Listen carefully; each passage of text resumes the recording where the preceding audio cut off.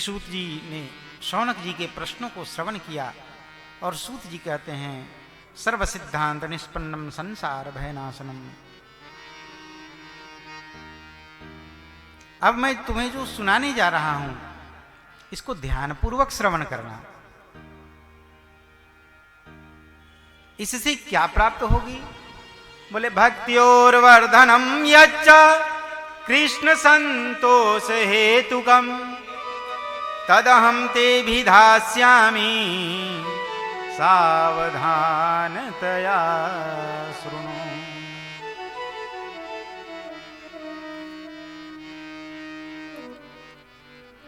मैं तुम्हें सुनाने जा रहा हूं क्या? बोले इसके श्रवण से भक्त्योर वर्धनम, तुम्हारे हृदय में भक्ति का वर्धन होगा, भक्ति बढ़ेगी। अजी भक्ति कौन बढ़ाना चाहता है? बोले सब बढ़ाना चाहते हैं।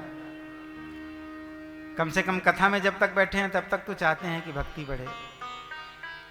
यहां से उठने के बाद भले ही ऐसे नहीं नहीं नहीं, जो यहां सुना सब यहीं छोड़ो। घर में चले गए तो बैरागी बाबा बन जाएंगे। हाँ, बहुत लोग कथा में बैठेंगे, कथा से उठेंगे तो सब ऐसे झाड़ के उठेंगे। जो यहां सुना बस यहीं छोड़ के चले जाओ।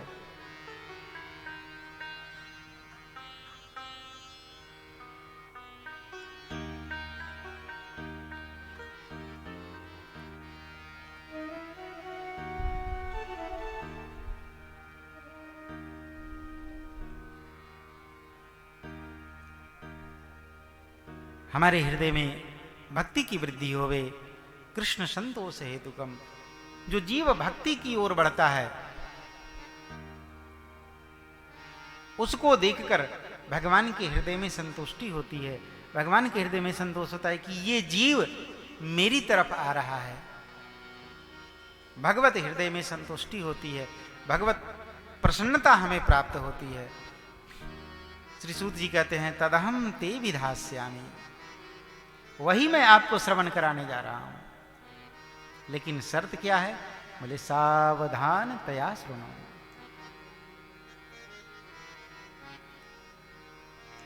सावधानी से श्रवण करना।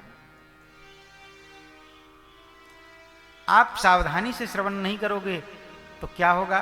बोले सावधानी से श्रवण नहीं करोगे तो अर्थ का अनर्थ हो जाएगा।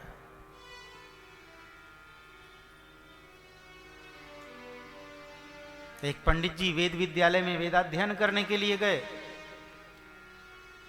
गुरुजी पढ़ा रहे थे गणानन्त्वा गणपति गुं हवामहे, प्रियानन्त्वा प्रियपति गुं हवामहे, निधीनन्त्वा निधिपति गुं हवामहे, वसो मम आहम जानी ग्रबधमा तुम जासि ग्रबधम। गुरुजी तो पढ़ा रहे थे, पंडित जी ने इतना सुना और उसके बाद तो बस ध्यान पढ़ाई में लगा नहीं। उठ के विद्यालय से चले आए। घर में आए तो घर वाले लोग गणपति पूजन की तैयारी कर रहे थे। बोले ये गणपति पूजन बंद करो। बोले क्यों? बोले हम अपने गुरुजी के यहाँ वेद विद्यालय में पढ़ के आए हैं, गणेश जी की हवा गुम हो गई।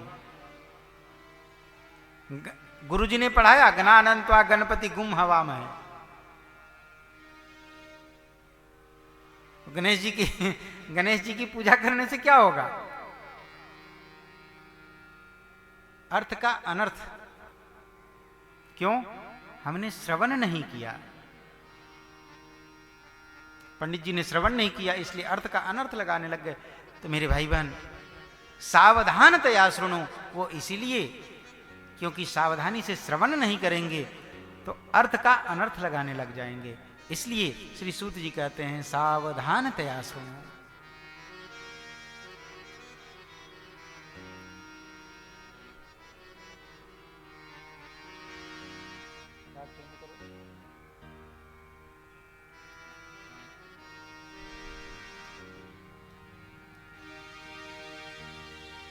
आप सावधानी से श्रवण करें तो आप इसके अर्थ को समझ पाएंगे।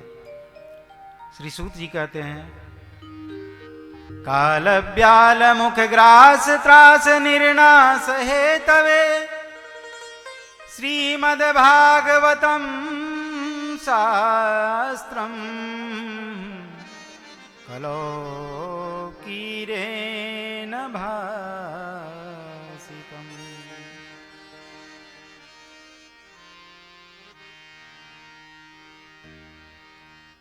काल रूपी ब्याल के मुख से अगर बचना है, काल ब्याल मुख ग्रास त्रास निर्नाश हेतवे श्रीमद्भागवतम शास्त्रम कलौ कीरेन भासितम। काल रूपी ब्याल के मुख से बचने के लिए अगर कुछ है तो वो श्रीमद् भागवत रूपी शास्त्र हैं, जो कलिकाल के जीवों के उद्धार के लिए कलिकाल में कलौ कीरेन भासितम, कीरेन अर्थात सुखेन सुख मुखेन भासितम, वही श्रीमद् भागवत जी हम कलिकाल के जीवों का उद्धार कर सकते हैं। लेकिन श्री शौनक जी, श्रीमद् भागवत जी की प्राप्ति ऐसे ही नहीं हो जाती। एतस्माद् परम किंचन मनः शुद्धेन विन्दते जन्मांतरे भवेत् पुण्यम तदा भागवतम लभेत्।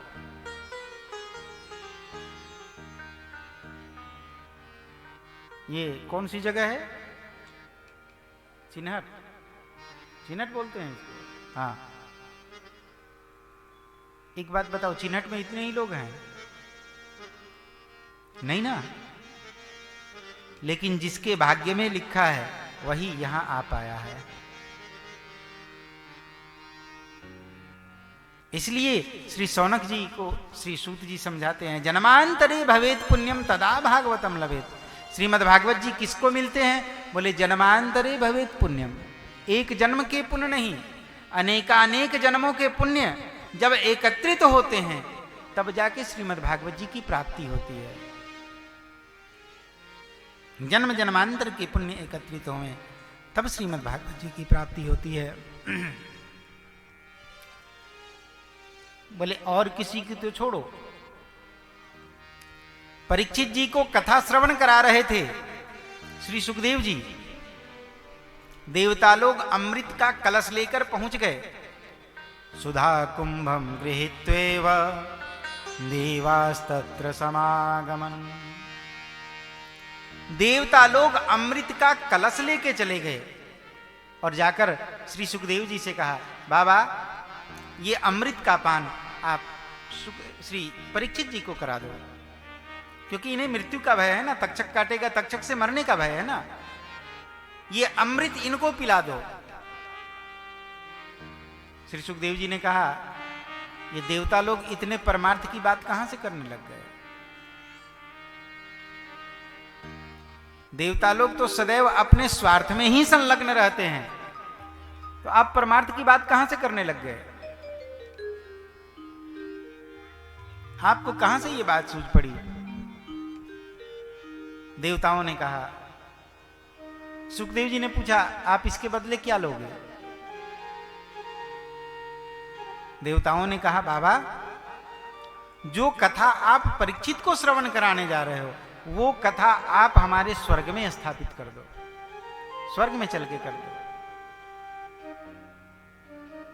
और उसके बदले ये अमृत इनको पिला दो।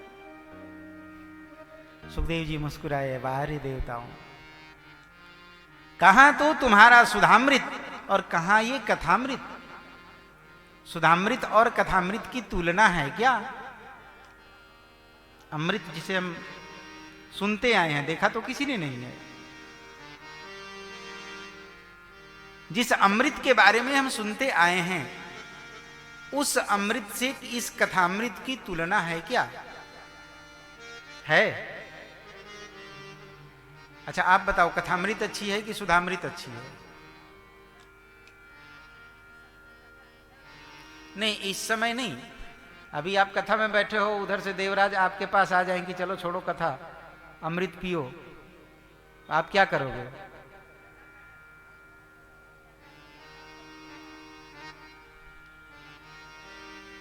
कथा अच्छी है कि वो अमृत अच्छा है? कथामृत और सुधामृत में क्या अंतर है?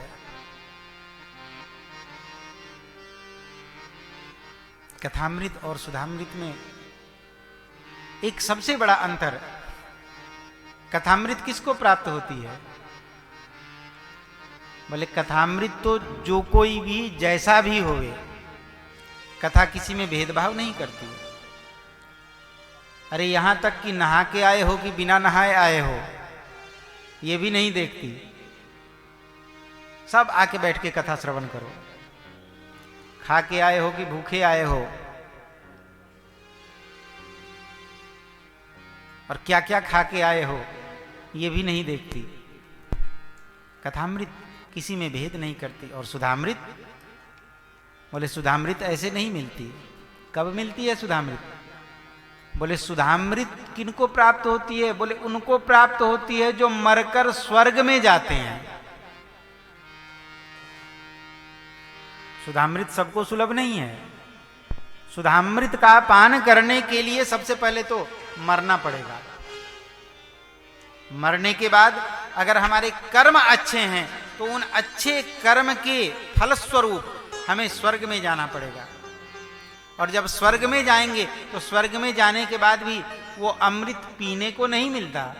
बोले फिर बस उस अमृत का दर्शन करवा दिया जाता है, देख लो ये अमृत है, बस इतना ही होता है। अब बताओ कथामृत अच्छी कि सुधामृत अच्छी? और बताऊं?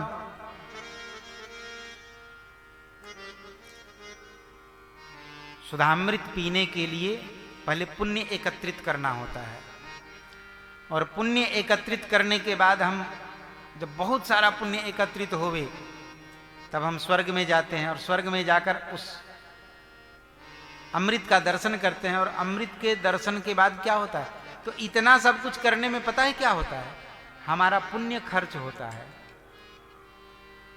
ये पुण्य की पूंजी जो हमने एकत्रित की थी वो सब समाप्त होती रहती है। तो कथामृत सुधामृत का काम क्या हुआ? सुधामृत पुण्यापहम, पुण्य का नाश करती है। और कथामृत, कथामृत क्या करती है? बोले तव कथामृतम तप्त जीवनम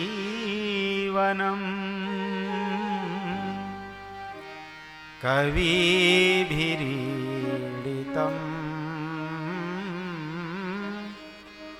कल्मषापहम्।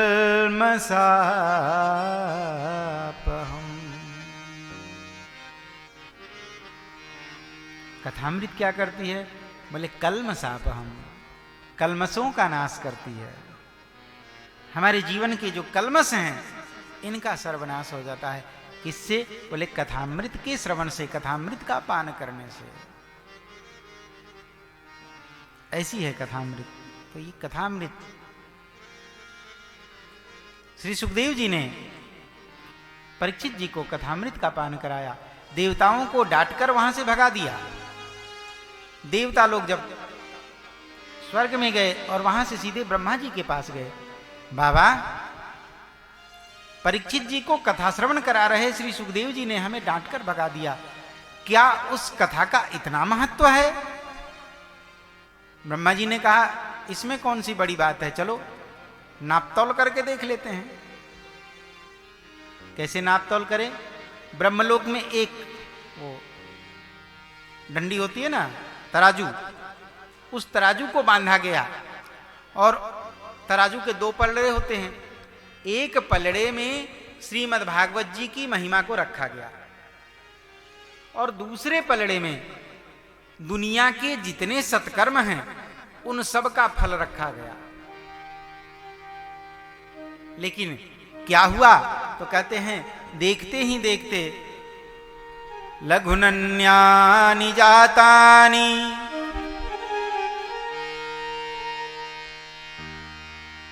देखते ही देखते वह पलड़ा भारी पड़ गया। कौन सा?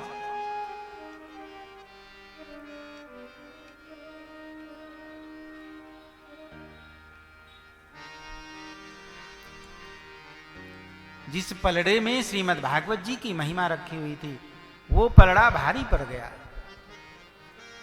वो पलड़ा नीचे झुक गया, और जिसमें दुनिया के सारे सत्कर्म रखे हुए थे वो ऊपर आ गया।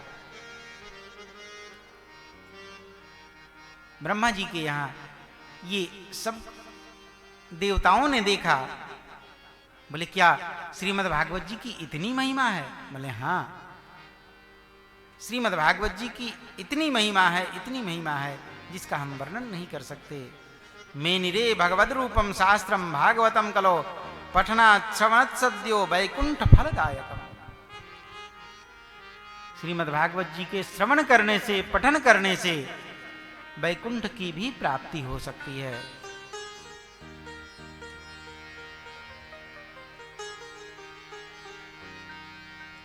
अब कहते हैं, यद्यपि ब्रह्म संबंधान श्रुतमेत सुरर्षिना सप्ताह श्रवण विधि कुमार स्तस्य भाषिका।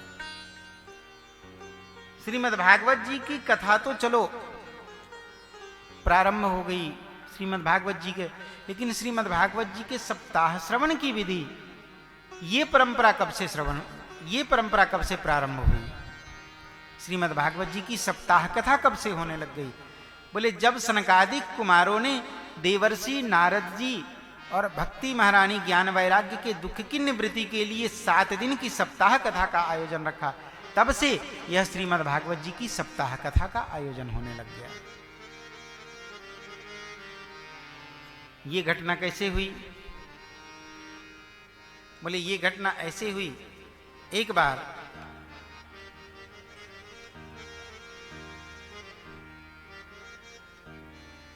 श्री नारद जी एकदा ही विशालायाम चत्वार ऋषियो मला सत्संगार्थम समायाता दद्रुस्तत्र नारदम। एक बार ये चारों कुमार, सनक, सनंदन, सनातन, सनत कुमार, ये चारों भैया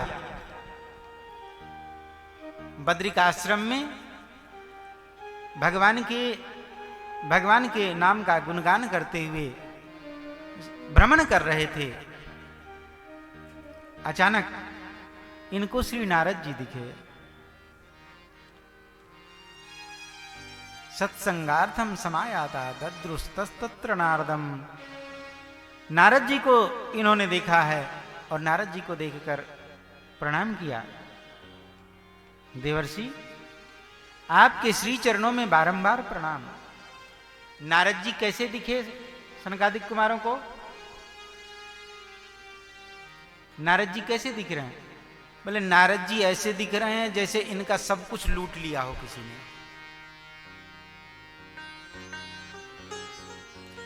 जैसे किसी अति कृपण व्यक्ति का धन चोरी हो जाए,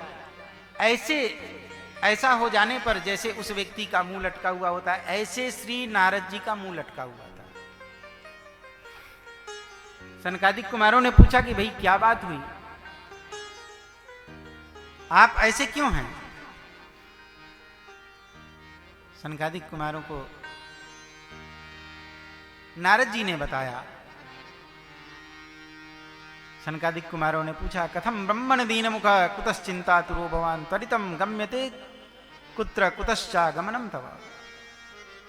आपको देखकर ऐसा लगता है जैसे आपका सर्वस्व धन किसी ने लूट लिया हो। आपके पास तो ऐसा कुछ है नहीं जिसको कोई लूट सके। नारद जी के पास कुछ ऐसा है क्या जिसको कोई लूट सके? है क्या?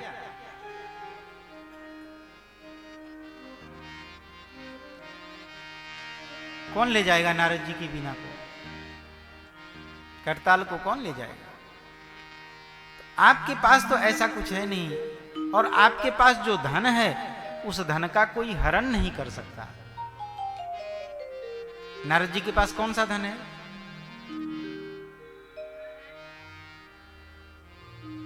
भगवान नाम का धन है। नारद जी का धन कौन सा है? हैं? अरे थोड़ा जोर लगा के बोलो भाई। खा पी के नहीं आए हो क्या? हैं? ऐसे ही आए हैं सब लोग? थोड़ा जोर लगा के बोलो।